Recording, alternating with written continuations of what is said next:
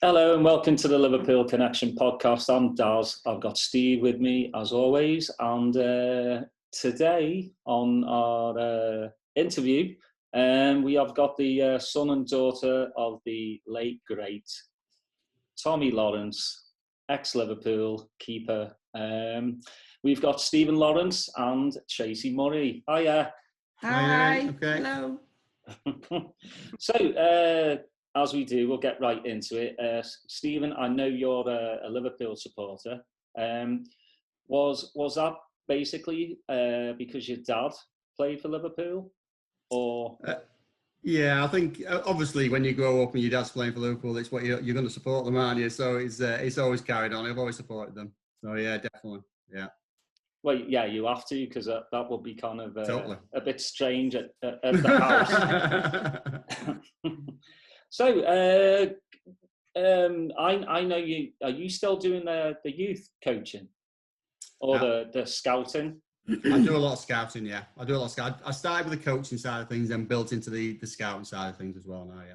And you did that for Liverpool as well, right? Yeah, to be honest, I started my career off at Wigan Athletic, to believe it or not. I was there for 11 years. A great club, loved every minute of it. And they gave me the foundations. Then when Liverpool came knocking, I didn't going to turn that down, so I went straight there. So yeah. And you did that for 4 years. It was over 5 right? years. Over 5 years, yeah. Oh wow! So who are some of like the players? Any like well-known players you scouted? Well, there's lads in the system, and Trent was there. When I was there, so we know he's part of the coaching setup. There's some lads still in the system as well who were part of this coaching setup as well when I was there. So it's great to see them all come through. I had the same experience when I was at Wigan. You know, when you're coaching all the lads, and suddenly you go watch a pre-season friendly, you see, blimey, I coached him when he was 8 years old, and he's playing for the first team now. So it was good to see. It's good to see these lads coming through. Oh, it definitely is. Like it just goes to show, like if you put in the work, Totally. Hard work, you'll get where you are. Totally. All right, let's get to your dad. One of the I believe he was one of the first sweeper keepers, right? Yeah. Which is crazy, because that was 67. Yeah. With Shankly. Totally. Yeah. So, give us a background on your dad. Well, my dad, as a lot of people said, he was a very humble man. And growing up, he never thought he was famous or made a big thing of it. He was great to the fans. They used to knock on our door when we were little, and he would always let them come in. He would always sign. He'd never turn anybody away. He was a lovely man, very gentle man as well, wasn't he? Yeah, I mean, things never changed. The older, he was exactly the same as the older. He'd have time for anybody. Anybody stopped him for an autograph. Anybody stopped him for a chat, he'd love chatting to them. He loved every minute of it. Yeah, and I think modern day footballers are a bit different now. They wouldn't have anybody knocking on the door like back in the 60s and 70s. So Tracey, what are some of your great memories of your dad? Well, there's a lot when we were little, obviously. We used to go to the match. I used to go with my granddad used to take me, and I always remember him saying that, and the newspapers got hold of this, so it was a bit embarrassing. Apparently, I cried for most of the second half because I wanted to know why they wouldn't let me dad play. But obviously, at the time, they must have been playing a really rubbish team. But he was just so that actually made the newspapers. But I used to go a lot with my granddad, and when he left, there was nothing really. He wasn't like, we didn't get. Now we get a lot, he's a legend, he's this, but for a long time, there was nothing really, but, and even like before he died in the hospital, he'd have the nurses laughing, had lots of stories to tell the doctors. He even made fun of footballers today because they wouldn't let him leave the hospital till he could prove he could walk. So he did a walk like footballers of today do, and then a walk like real footballers like him. Yeah, they were tough as nails back then, Oh, yes. And because we've talked to Paul Moran about his dad as well, and you had the old magic sponge back then. You wouldn't. You'd basically have to have your legs like severely cut off. Yeah. I do have a story about that, because when he was giving blood, when he was having blood transfusions, one of the nurses asked him if it would hurt. Is he all right with needles? And he told her this story, which he'd never told me before, so I didn't know, of some Newcastle United striker who I don't know who it was, came in, full studs, and cut his knee. Even Tommy Smith was like, oh, man. And Bill Shankly and everyone who's come on, and one of them was saying, don't, shush, shush, shush. And apparently at the end of the match, he had 38 stitches. And they played Leeds United a few nights later, and even Billy Bremner came over and said, are you sure you're all right, Tommy? Those days, you never came on. They put some penicillin powder in it, apparently. Yeah, penicillin powder into your knee, and that was it. You carry on.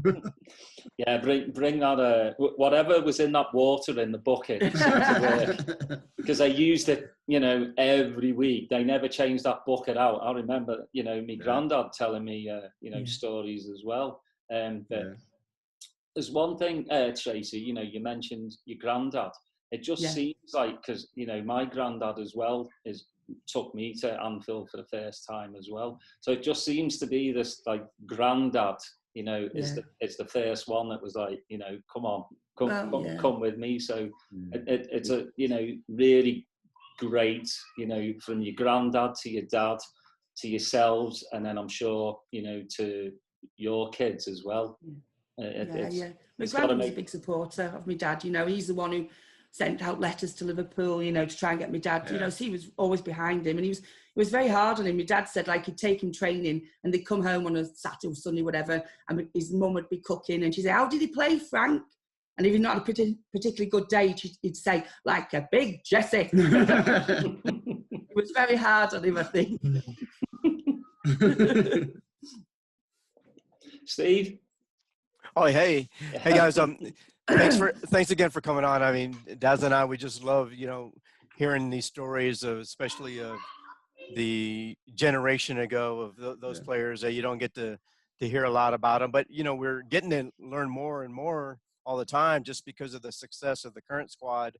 And it makes everybody want to go back in time and go to the last time that, you know, Liverpool had a successful, a sustained succession of teams, right? So thank you again for coming on. You know, I was looking at pictures of your of Tommy, and it was like, he was built. I mean, he was a big man, right? His shoulders are square, and you know, when you're mentioning about the sweeper keeper, and I'm thinking, you know, because back then, you know, they played it back to the keeper and they just picked it up. They never really played with their feet. And to hear you say he's really the first sweeper keeper, and then you kind of think of the way that keepers play today, it has to be, I mean, can you kind of give us some insight on how he felt about how they play today, like Neuer and De Gea and Allison, the way they play sweeper keeper, let's say, versus how Tommy played? Yeah, I mean, it all started when they used to play five-a-side with Shanks. You know, Shanks had to win every five-a-side in training. There's nobody could lose. If you're on Shanks' team, you'd had it. It all came from that. So that's how they decided. You know, you play five-a-side, you played a sweeper in the first team, you don't play it. So he started doing it, and you know what I mean. Anybody who came through the back line, he was there. He was at it, taking the ball, or he was taking the man. So today, they're all trying to do exactly the same thing as my dad did those days. You've got to be able to play football these days. But they're all doing it. I mean, they're all doing it. Clem did it after my dad. My dad taught Clem and the under training and that. They're all doing it. So, and Allison's a really good keeper. He's a really good keeper. Best keeper for a long time. Can you guys give us a little bit of insight of just how your dad got to Liverpool, how he was signed or how he was discovered, and kind of give us some insight on that? Yeah, well, when he moved down from Scotland, obviously his good mate was Roger Hunt, and the Hunt family with Peter. And he used to play for a team called Stockton Heath, which is now called Warrington Town. Okay. My dad always said that he went for a trial at Warrington Town. Roger took him there, and my dad played outfield. He was a striker. And Roger took him, and apparently they went for training. And I remember my dad saying, they said to Roger, the manager said to Roger, he says, do us a favour, don't bring him back, he's not good enough. Striker. And Roger said, it's okay, he signed for Liverpool. So he's, you know, as a keeper, so he went to the strike and ended up as a keeper. So that's how you find them these days. Even at young levels, you find keepers playing outfield. So, I think he played for Scotland Schoolboys, doesn't he? Left back or something, Yeah, apparently so, Now, did you guys, when he was playing, were you able to travel with him, like to all the away matches on the weekends and things like that? It wasn't anything like that, was it? No, I think back then it was just the team. Even my mum at the time, I remember, because Bill Shank used to take all the men away to Mallorca on holiday. Yeah. No is allowed. I don't think he was very popular with some of the wives. Yeah. But no, we just used to go to the home matches, really. That was it. Stephen used to be able to go back afterwards because he was a boy, and obviously we shared that big bath. I was never allowed to go back then. The big baths and the chambers, I remember them. And then he'd come home and tell you the stories, and you be like, a lot of his stories came out years later. A lot of his stories came out years later. Came out years later that we didn't know at the time. But he was very, very well known for his storytelling, very well known. But he was really shy man. So when he's after dinner speakers that they do now, he wouldn't do it. He hated every minute of that. It was good for the question and answer thing because he can come up with a story, but he didn't like the after dinner speaking at all because he's a really shy fella. It's funny because we've been very fortunate. I think we've mentioned before on our shows that we've had 9 of the legends come to Austin and have Legends Night, and Ray Clements was one of them. And they're just so full of stories. So it's very interesting because, there's a lot of the guys that are very, they kind of keep it in, they don't really want to go around on the circuit, where other guys are like Alan Kennedy. You give him a pint and he'll be there tomorrow, right? So it's funny because, there's so many stories, and that's what really interests us. You read the books and you get kind of, you can Wikipedia or whatever and hear about but you don't get to hear the inside stories. So it's always fascinating to hear. So I was going to ask you, I know, so after your dad retired, that Ray, or not retired, but Ray Clements came in and kind of took over that position. Do you have any kind of a background to that transition? I'm sure that wasn't the easiest for your dad to do that. He was always very, very thinking about it. Him and Ray have a really good relationship. Even towards the end, we had a really. I remember my dad telling me once, because Shank used to be really quite hard on them, as you know, and I remember him saying that he felt really down because he's had a go, and then he said to Ray, he said, "Does he ever say that to you, Ray?" And Ray said, "Well, I was walking off after last match and he shouted to me, 'Ray, a goalkeeper would have saved that.'" So I think he was, they had a good relationship. Yeah, they knew. I mean, Ray was a good keeper. My dad knew he was a good keeper, so he knew very well. He always say, "But I taught him." But I taught him, I taught him everything he knows. But to be honest, Ray says the same thing. When you speak to Ray, he learns a lot from my dad, so that's really good. But was that always in your dad's mindset to, after leaving Liverpool, to stay local and go to Tranmere, or were there offers from other clubs to maybe to move to another part of England? I think obviously Big Ron went to Tranmere, didn't he? And I thought, he's played football with Big Ron a long time. So it's the easiest move for him. It's local, isn't it? He doesn't have to travel anywhere. Didn't have to up with the family. So Tranmere was the easy option for him, I think, at the time. Go ahead. Go on, finish, Steve. Go ahead, Daz. No, I was just saying because it's there's the history there, right? Of Tranmere being obviously a local club, but to maybe, I guess, somebody that's been in Liverpool and been playing there for so long, not to want to leave the local area, because I know your dad was involved in the community as well at that time. Yeah, it was a date and everything, didn't he? Yeah. There's a lot of local clubs. He used to play for the local club here. So when he finished, there's a story about when he finished actually. There's a local club here called the Dayton in Culcheth where I live. We've always lived here since my dad was playing as well. And they asked my dad to play a couple of games for him when he just finished his career. And I still speak to the lads there now, and they always laugh about it. They played a team called Holton Borough once, and I think one of their strikers recognised my dad, and he thought, from the corner I'm going to do him here. So anyway, corner comes over. The strikers hit my dad in the elbow, my dad's down for a minute. And he got back up, obviously, and then and then the next corner came in. I think my dad's hit him with everything. And I tell you now, he did not get up. I think he got carried off this striker. And he said, "I don't think you'll be doing that again, lad." Yeah, good stuff. What did your dad think of his nickname by the supporters, the Flying Pig? Loved it. Yeah, absolutely loved it. Very proud of it. Very, very proud of it. Yeah. And it's, everybody talk about it today, don't they? Everything Tommy Lawrence, the first thing they say is the flying pig. So, you know what I mean? It's who he is. He loved it. He didn't think anything about any malice about it whatsoever. He thought his brilliant fans named him, that's fine. And what did he think of, the great Bill Shankly? Because I've read, he was a bit scared of him, but... Yes. They all were. They all were. Dad, they were. I remember my dad telling me a story where they went to Juventus, I think, and they had to go for a walk. Every before a match, he used to make them go for a walk the night before. And they just got some university lads. I think it was Brian Hall and Steve Highway. And he wasn't so keen on, this university thing. I don't know if Bill Shankly quite agreed with all this. But anyway, they're walking. And as they're walking down, a black Volkswagen went past a brand new van. And he stopped them all. And he said, "Look at that, lads. A brand new Woolworths van." And then all of a sudden, I think it was Steve Highway, where I went, and they're like looking at him saying, don't say anything. And he said, "Sir, that's not a Woolworths van, that's a Volkswagen van." And he went to Ruben or one of those, he said, "What are they teaching these kids at university?" Because it would not be wrong. It's never wrong. It would not be wrong. So I think they all knew, you didn't challenge him over things like that either. Yeah, he was you just read, he was a tough man, but a fair man, Oh, yeah. And a lot of respect for him. What was the story where it was 1-0 and then your dad let the goal in, right towards the end, right? And then they all rush back to the bats. Can you?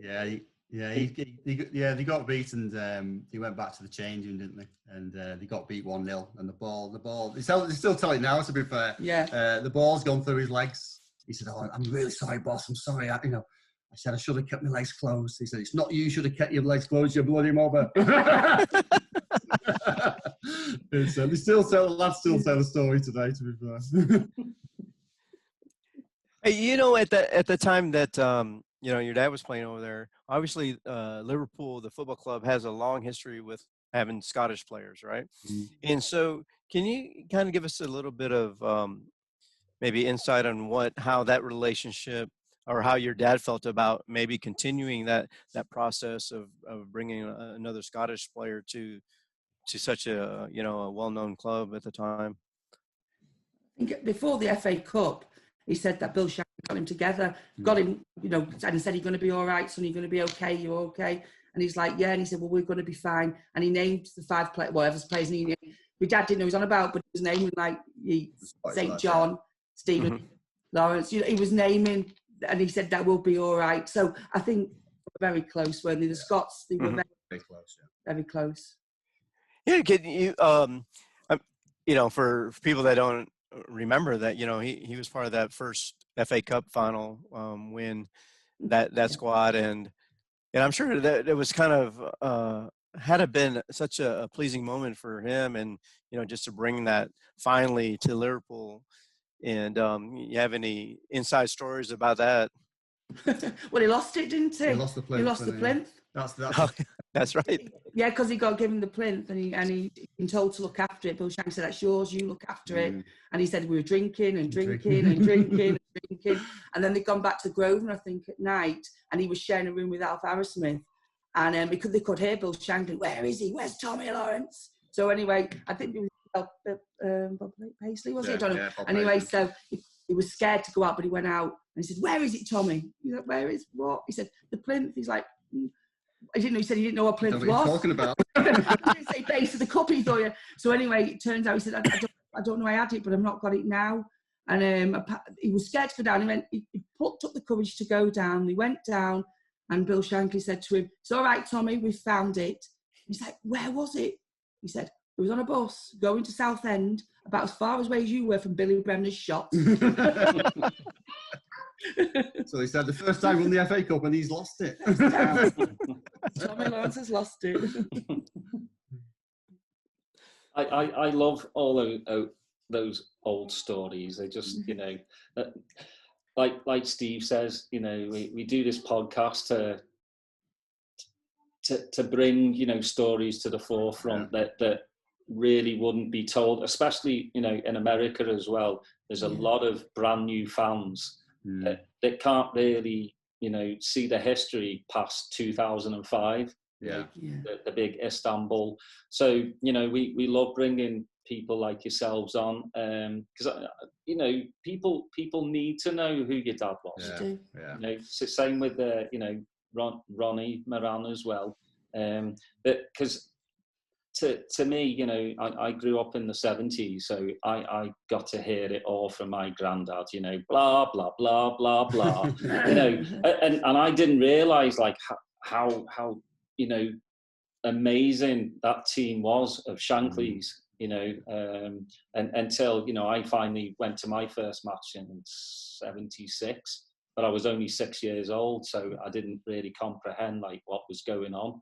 I just saw like 20 odd fellas running around the pitch kicking a ball. That I fell in love with Liverpool. And one thing I want to ask you to is probably one of the most iconic is the interview in the city centre.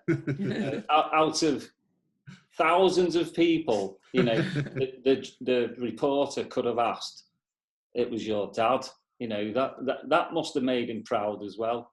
Like, did he come home to you and say, oi, oi, oi, I just got... Did he? No, he sat down having the tea, he never told anybody. He never even told anybody. And then all of a sudden he's on the news. He didn't say, he said, oh yeah, I was stopped today by a reporter. I mean, it was surprising because he'd just come back from a players' meeting, so he was on his way back to Lime Street to catch the train. So I'm surprised because for me, I thought he just walked across the road and got away from the fella because he's quite a shy fella, really. But believe it or not, he's a shy fella playing in front of all those thousands of people. He said the cameraman was kind of laughing a bit, this old fool thinks he played for Liverpool. So obviously they didn't recognise him. No. So. But he's he went viral, didn't it? Just brought him back to limelight. He couldn't understand it because we talked about trending on Twitter, and he didn't know. But apparently, he was beating Katie Price, and he kept saying, "Am I still ahead of Katie Price on that Twitter?" Because he had so many more hits. Because she must have been doing something at the time. I mean, he was just a shy fella. I mean, I took him to watch my lad play football once, and he was in the bar in Liverpool. They were playing against a team in Liverpool, and he kept saying to me, he says, "Why are they all looking at me?" Because he used to play for Liverpool. That's why they look at. He's just unbelievable. Yeah, it's amazing how anonymous the players from back then could be versus how they are today, where every single thing that you do and wherever you go to eat or whoever you're dating, it's all over the press and, through YouTube and Twitter. And it's like, it has to be kind of hard on the current players, just that, that you have to always mind what you're doing and what you're saying. Whereas, back then, I mean, you imagine the boot room from then now to, I don't think that would have happened now, all the stories. Smoke, couldn't you? Right. Yeah, just all the stories. I mean, we've had Stevie Nickel here in Austin, telling some of the stories. And you're Stevie, especially, you're lucky that the media, social media wasn't prevalent back then. You may not have been on the team very long after that, right? So yeah, definitely. Yeah, I mean, they used to socialise with fans all the time. They used to go to the train back, didn't they? On the FA the fans. Yeah, it's just it's how it was them days. You go and have a drink with the fans. It was just unbelievable. Well, I mean, most of the players used to walk to Anfield, didn't they? Yeah, because they lived, down the street. Yeah. Now, like I'm from Formby, and that's where it's all around you, they're all around me or Chester, so they get in their nice cars. But he did have a moment before he passed away, a very famous moment when I took him to the Philharmonic to watch a Bill Shankly Nature's Fire documentary, and I lost him. Well, it wasn't me. It was Chris Lawler's niece, Calvin Maloney. I will name her. She lost my dad while I went to get the car, and I couldn't find. And I found him outside. And I always say it was like Patrick Swayze on the premiere of Dirty Dancing. He was swamped. He was like this big, and he was so proud. You should have seen his face outside all these fans. So it was amazing. So I think that was only a few months before he passed away. So that was a lovely thing to see. And Jan Molby, a lot of the young players who were there, the respect they showed for my dad, David Fairclough, all that. I've never seen that. He's seen with his own team, but the respect that the younger players, you know, amazing. Yeah, you know, it's you know, you kind of mentioned that because I think that FSG has done such a great job of incorporating a lot of those older players as being ambassadors to the team. You know, we've had David Fairclough here, and we, you know, obviously, you know, I mentioned Alan Kennedy, but it seems like they're always around the club. The club is kind of fostered that relationship with the fans between those, and it's been great because, you know, you get to hear the history from them, and they're so open and ready to talk about it. And, you know, the Legends games that they have with, you know, Real Madrid and things like that. And all the older players want to be a part of it, you know, even if they're just sitting on the bench. And I think there's such a great relationship, obviously, between the club and its history and the there is the now. people There has in been a general, time when it's not. You know, Yeah. I know my dad and that, didn't they? They got neglected for a few years.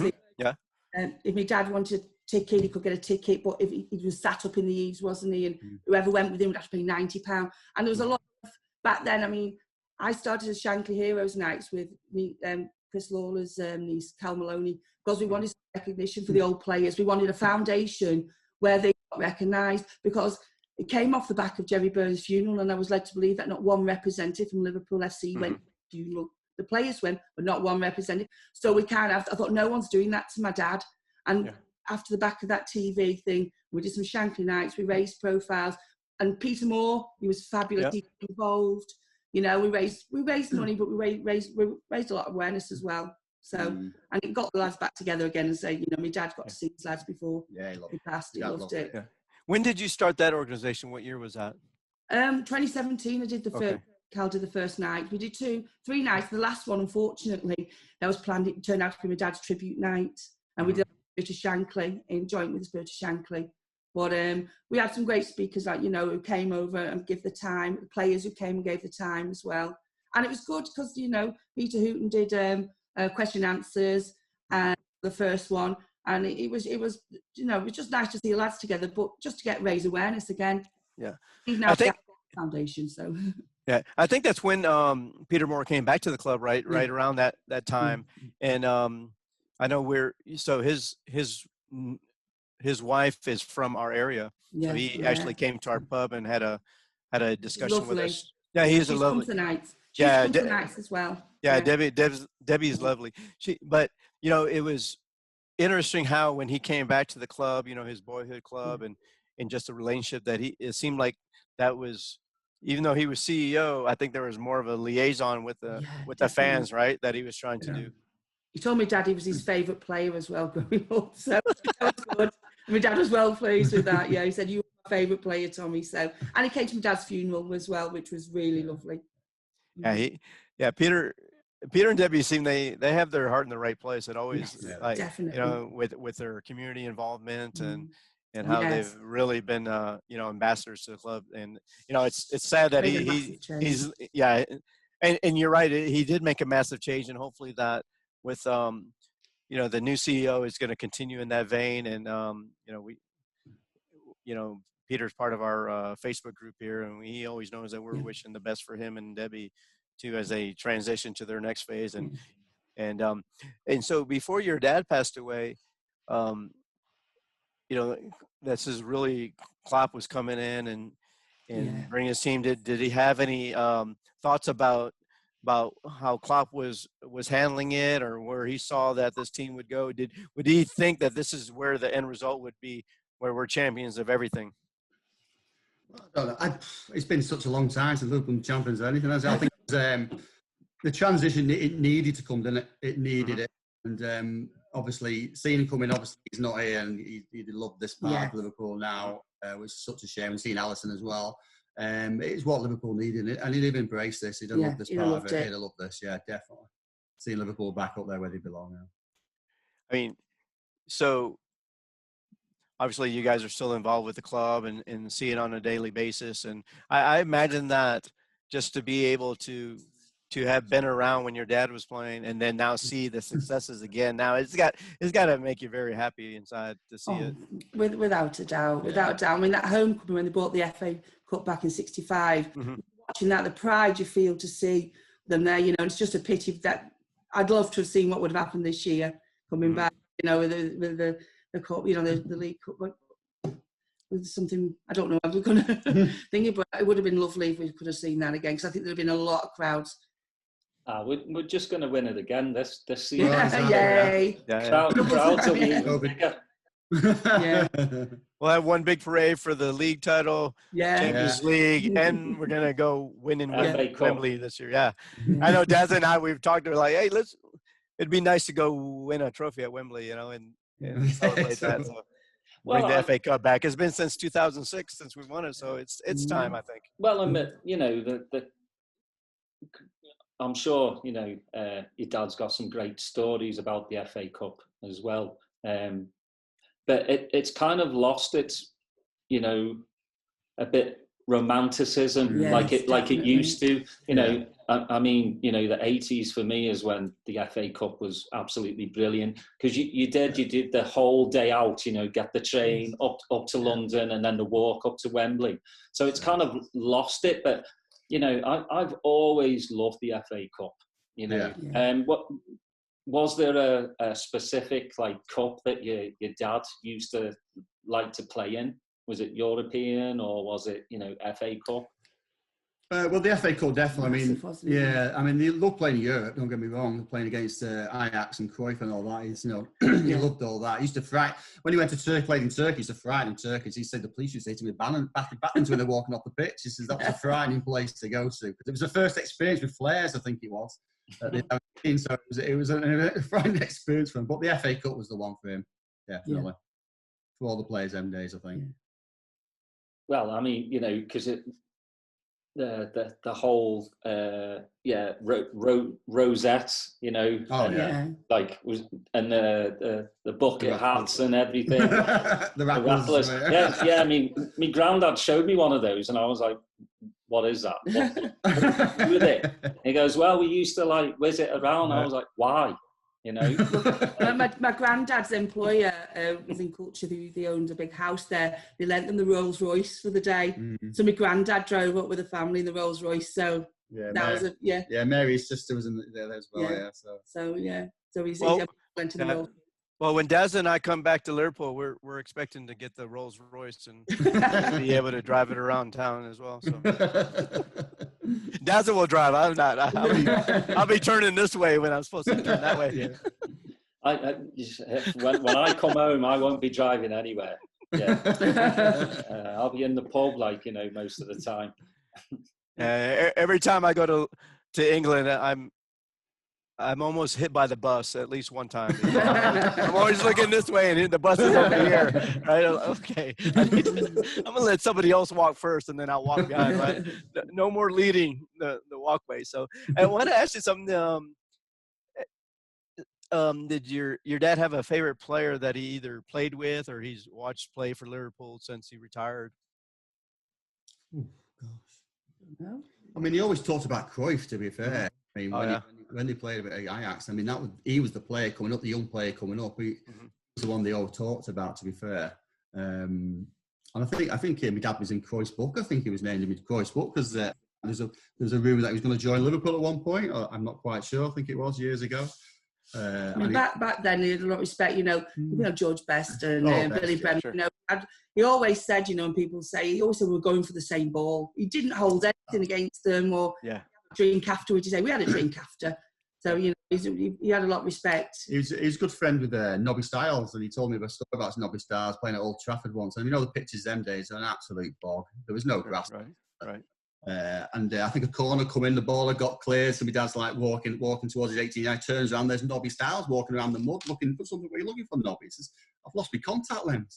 So my dad and Nobby Stiles are looking in the mud for his contact lens. The game's still going ahead. He said, it was just mad. Did he ever find it? Yeah, probably not. Nobby just went on and kicked a few others, I think. Yeah, I imagine the players from those past generations, they see the pitches today and they're just like, Yeah. I would have loved to play on these things, right? Yeah. But I mean, go on, sorry. I think Tranmere players are still saying that. Yeah. The state of their pitch, it still looks like mud. Yeah. I mean, my dad used to love playing against Everton. He loved it. Loved playing against United. It's a big, like they do now. It's the same teams really. They love playing against. And he used to say when he played at Goodison Park, he said he used to be great. He says, he used to earn an extra wage because there's that many coins thrown at me. I used to pick them up and put them on the post. But he loved it. The fans of Everton. To be honest, the fans, since my dad passed away, the messages from the fans of Everton have been brilliant. And my dad and people like that. So your dad were the first keeper that had pockets in his. So he made more money off the other fans. I saw a picture the other day after they played Celtic, and there's bottles all around the goal, glass bottles. So that was in the semi-final. Yeah, 66. Yeah, 66. Yeah, not even full bottles either. No, not at all. No.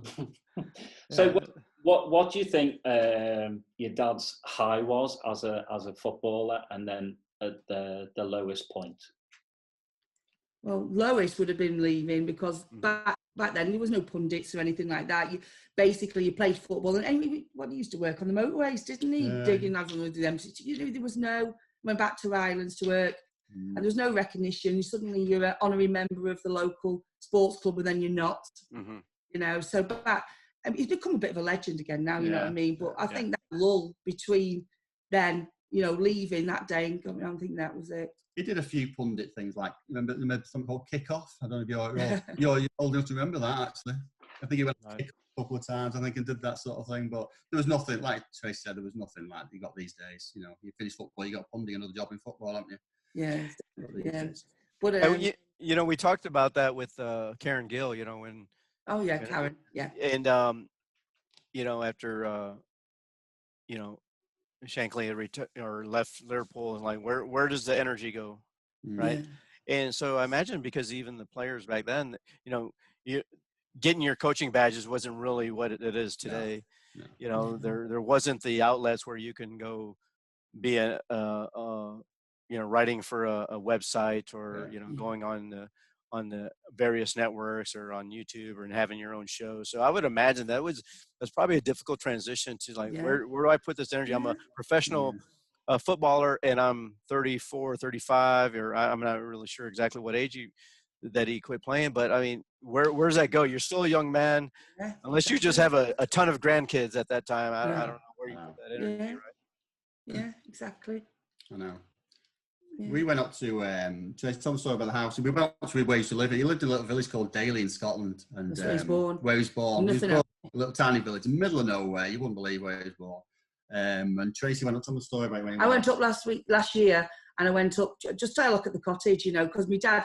That's all he ever spoke about. I mean, he didn't meet his dad till he was 5, because obviously he got the war. He had a dry toilet, no running water. But he used to talk he just loved his childhood in Daly, in this little cottage. And I found the cottage, and I went up, and luckily at the time, there's a fella, and he was shutting the gate.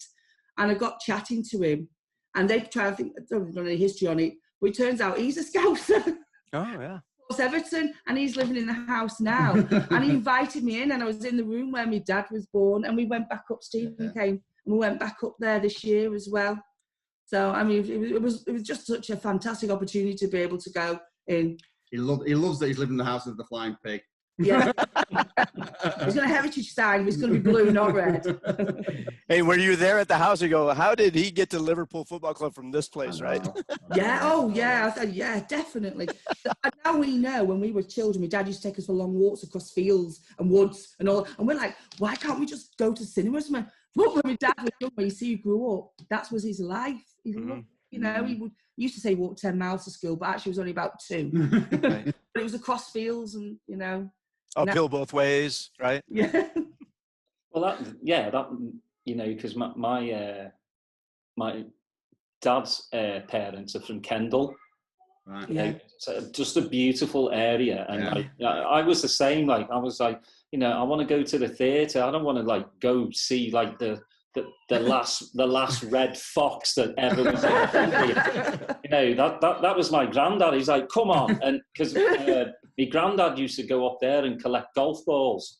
Yeah. So he'd end up with like 1,000 golf balls, kind of like Tommy did with the coins. He'd like to pick up just golf balls. But yeah, my granddad would always be like, you need to get out and smell the air. My auntie lives in Dumfriesshire. Right.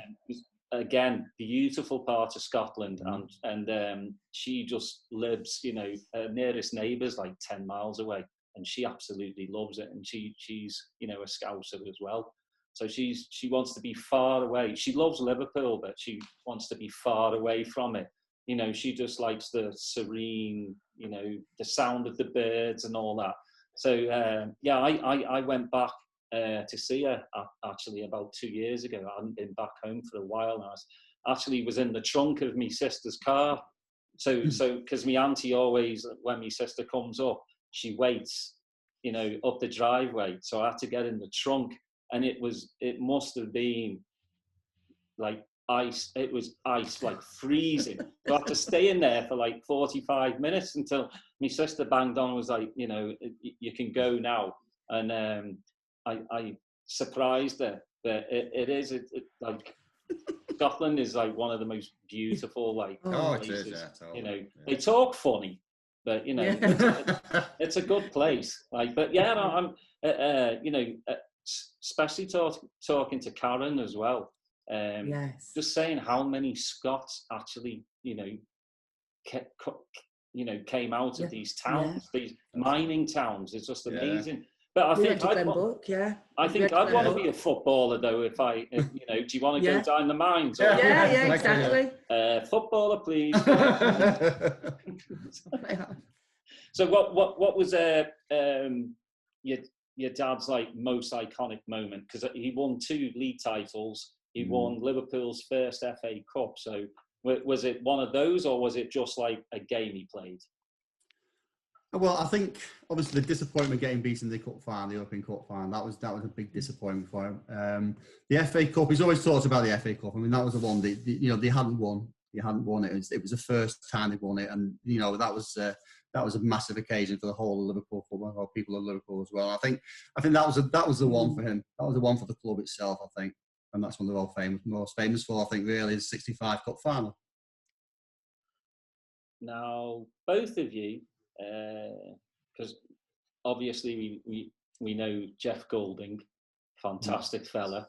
How did the boot come about? Because he put you two in it, didn't he? He did, yeah. He just asked us for stories and what our, how we felt about the obviously winning this year and our experiences. And so we spoke about my dad's banner, didn't we? Yeah, you got a banner made, was it, Peter? Peter Carney made a flag for Dad's coffin, obviously. Yeah, so that's he's got that at Anfield. It's up at Anfield now still, because obviously no fans, and it's got all the flags up. It's usually behind us here, but me dad, the flag's up at Anfield at the minute. So yeah, we went in because of that, because they presented with the flag as well. Which the 12th man, the 12th man. Spirit of Shankly it was, and Peter Carney. Yeah, Peter's like an amazing human. Oh yes, he's done so much. Very talented man.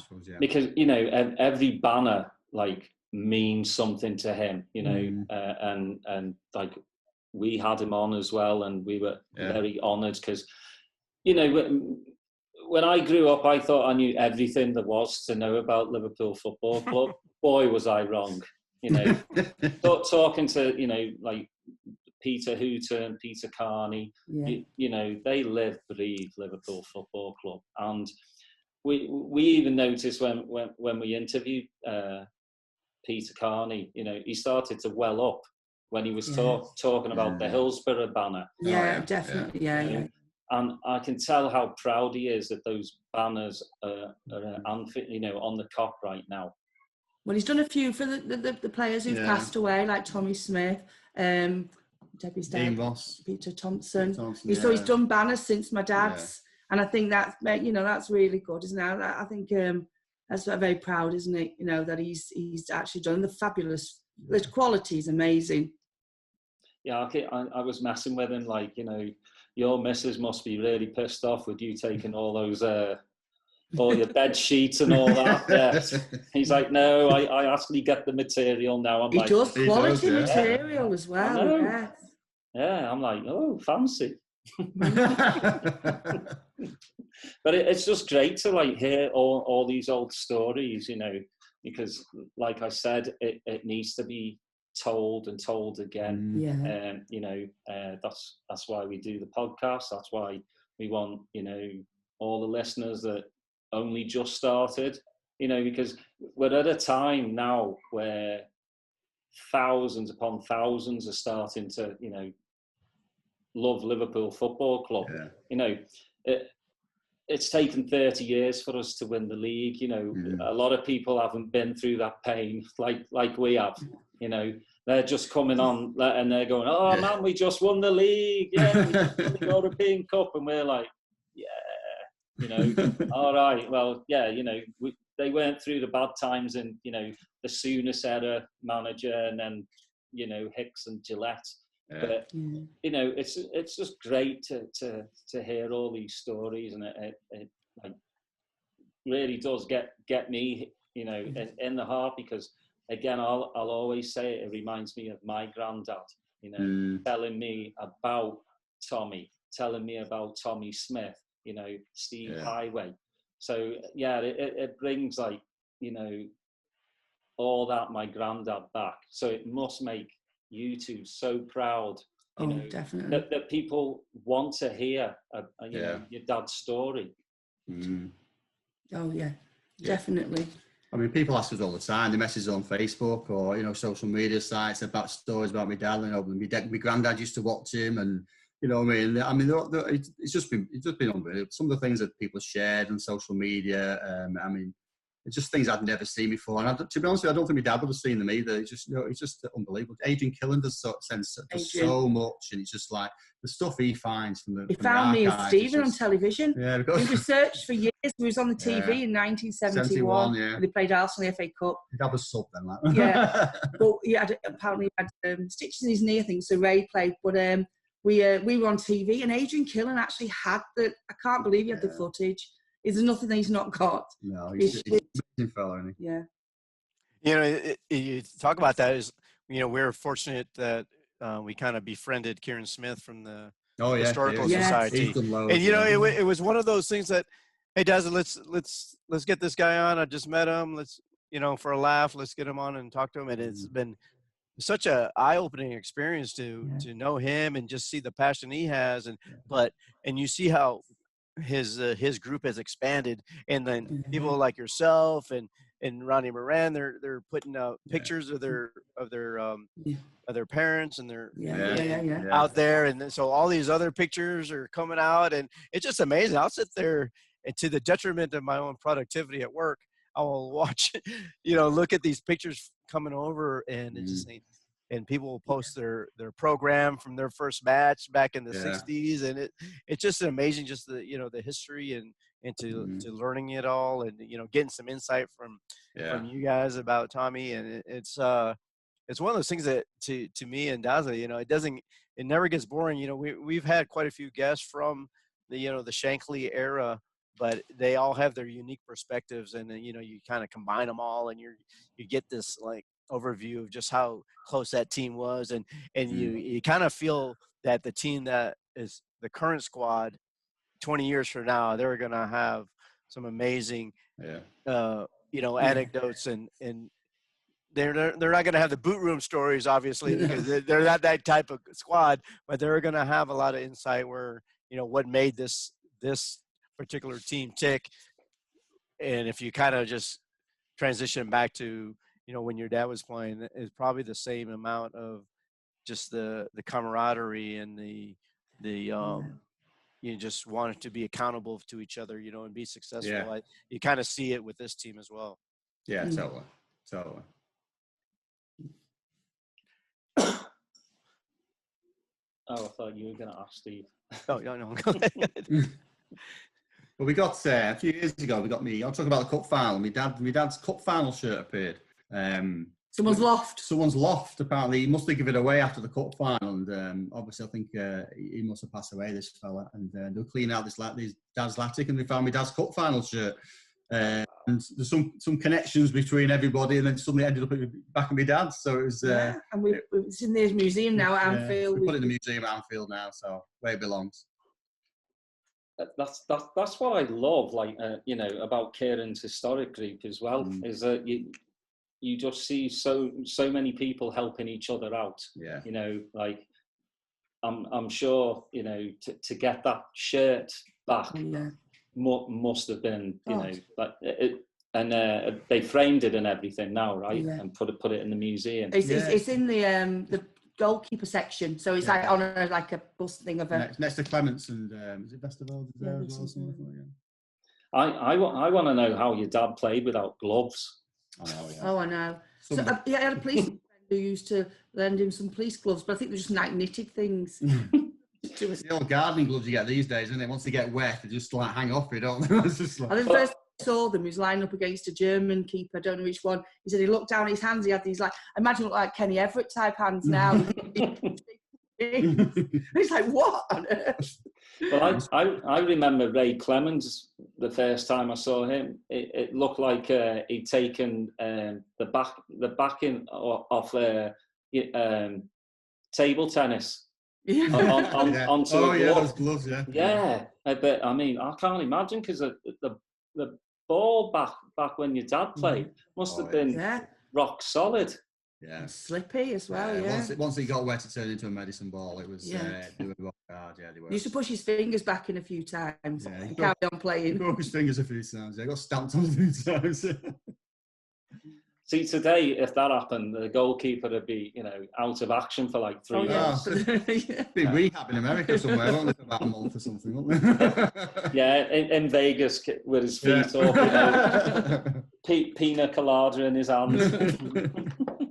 I mean, that's a different era back then, where you didn't want to come out of the lineup because they didn't really make a lot of changes, and who knew if you were ever going to get back in once you got out, right? So they kind of just played through everything, and they weren't on the huge wages like they are today, and trying to protect, obviously, and protecting players, and even a slight like twinge in their muscle, they want to come off. Or in the back then, you're going to play through it because you don't want the next guy to take my spot, and I may never get to play again, right? So especially as Ray Clements. Right. They wouldn't let you come off anyway, so you were staying on that pitch.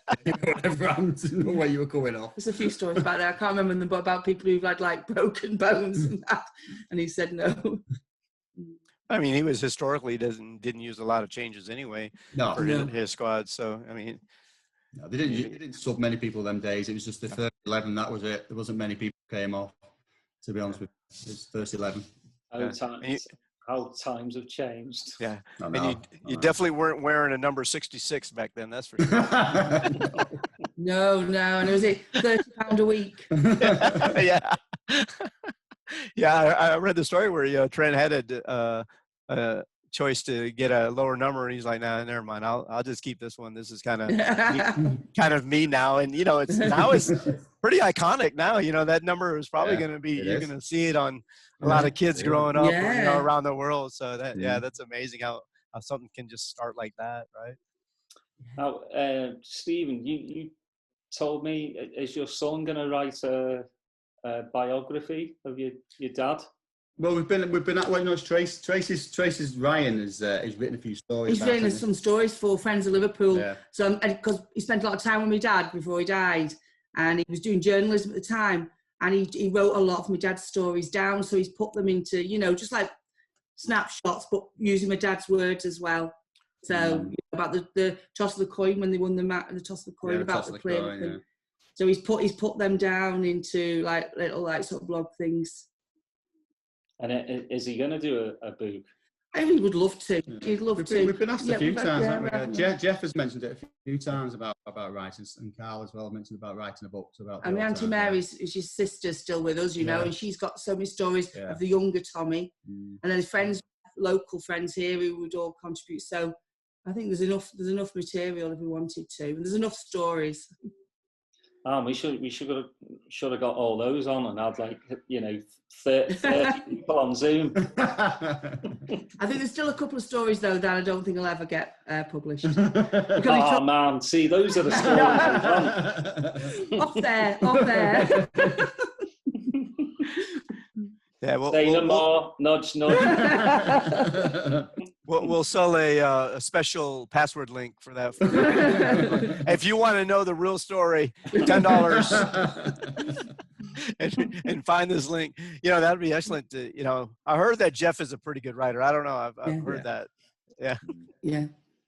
He's just done George's as well. So Yeah, Scott's Lost Shanky Boy. Yeah. Which we can't wait. I think it's out tomorrow. Can't wait to read that. Probably my dad as well. So he's it'd be really interesting because he was 12th best player, wasn't he? Mm-hmm. Have you had George on here? Yeah. Yeah. We've had. I've seen the one with George. He's a fabulous man, isn't he? Yeah. He is. We've had Jeff on a couple of times, and we're looking forward to the book. Obviously Jeff's book is coming out as well, and and I think the more that Jeff writes, the more people are going to want to collaborate with him on writing stories, and it's great just to see the. I guess it's a long time coming, but just the notoriety, that he's getting for his books, and it's well deserved, and he's such a good writer. So we're, Daz and I were like, anybody that has a book, we want to read it, and so it's like a constant Amazon delivery, like every other day there's a Liverpool book.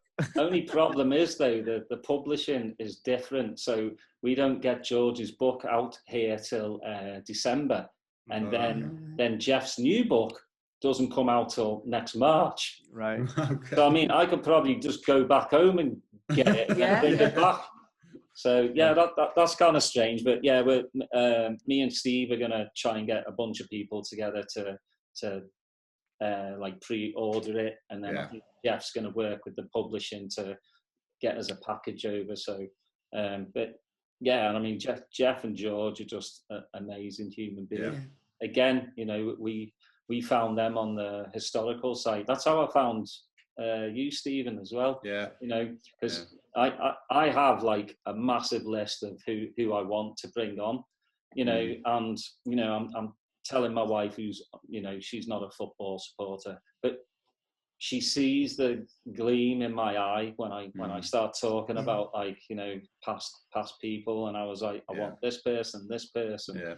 And then, once you get them on, like after we finish the interview, me and Steve will, like, after you've gone, we ramble on for another 30 minutes, just like how excited, we are. Because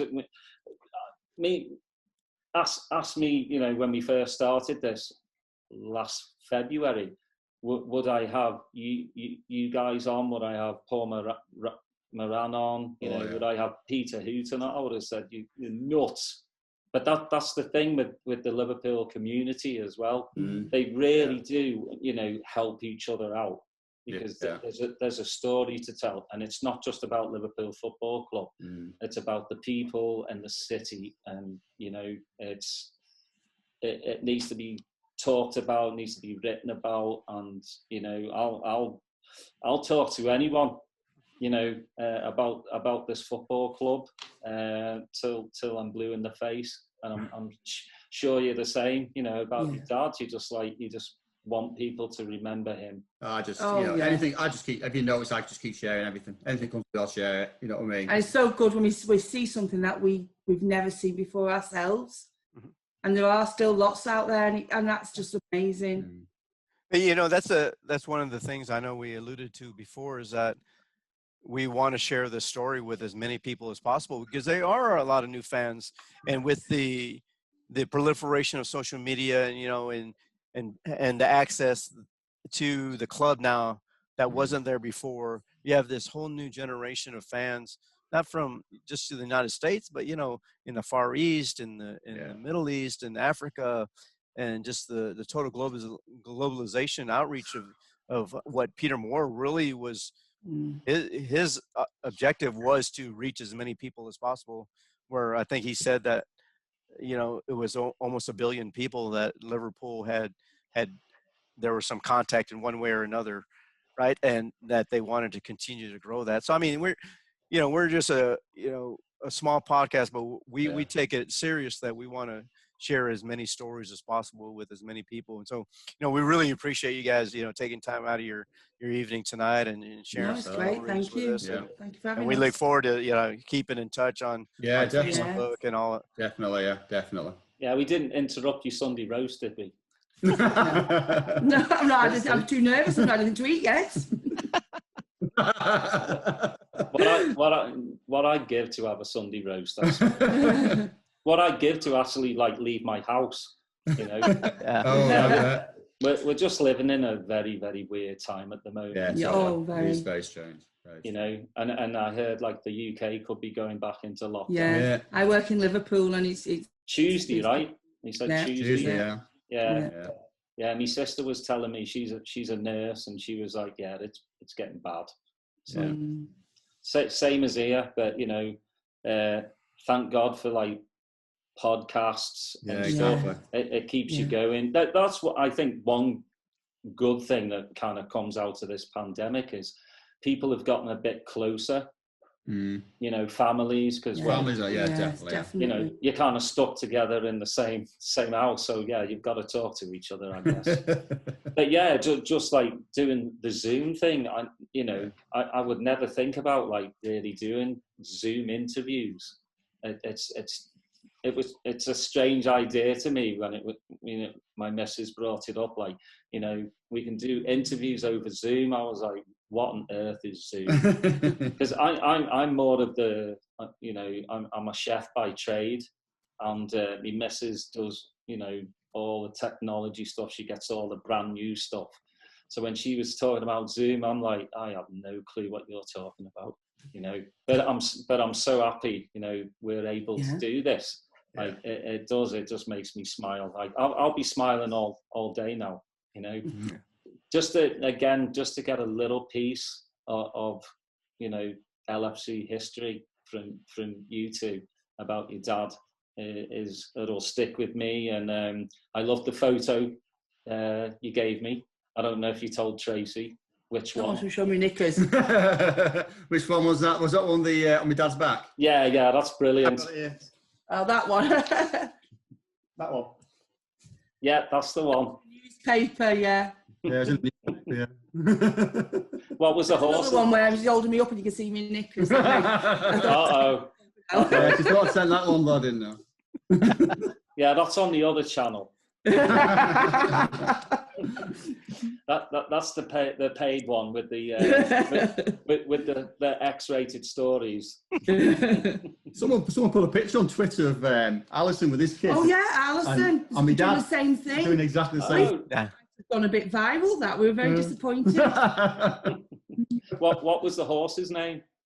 Don't know. Cheeky. That's what it was. Cheeky. That it's funny because that was went to Costa Rica last summer during the Champions League final somehow, and went horseback riding, and our horse name was Cheeky, so it was like, "Mama, go Cheeky, go Cheeky." So every time Darren says Cheeky, I think about going back to Costa Rica. So. We really do appreciate you coming on, and I hope you stay in touch with us. Yeah. And, Thank you for having us. Yeah, thank you very much. Let us know if you are going to do the book, because totally. Get Jeff to do it. yeah, definitely. I'm gonna get Jeff to write me a book. There you go. Why not? But yeah, thank you so much to even though it's just an hour, it's an hour of great conversation. Yeah, thank you for letting us talk about our dad. Yeah, basically. So Tracey, you're not nervous anymore now? No, I'm all right now. I don't forget I was on telly in 1971. I'm not going over that yet. That's right. Yeah. Almost as long as when we won the league last. Yeah, pretty much. Well, we really appreciate your time today, guys, and thank you, Steve. Thank you very much. Like I said, we'll keep in touch, and we look forward to getting more pictures and stories out of you. Another great season. Yes, definitely. Thank you very much. Thank you. Thank you, guys. Thank you. Bye. Bye now. Bye. Cheers. Bye. Thanks.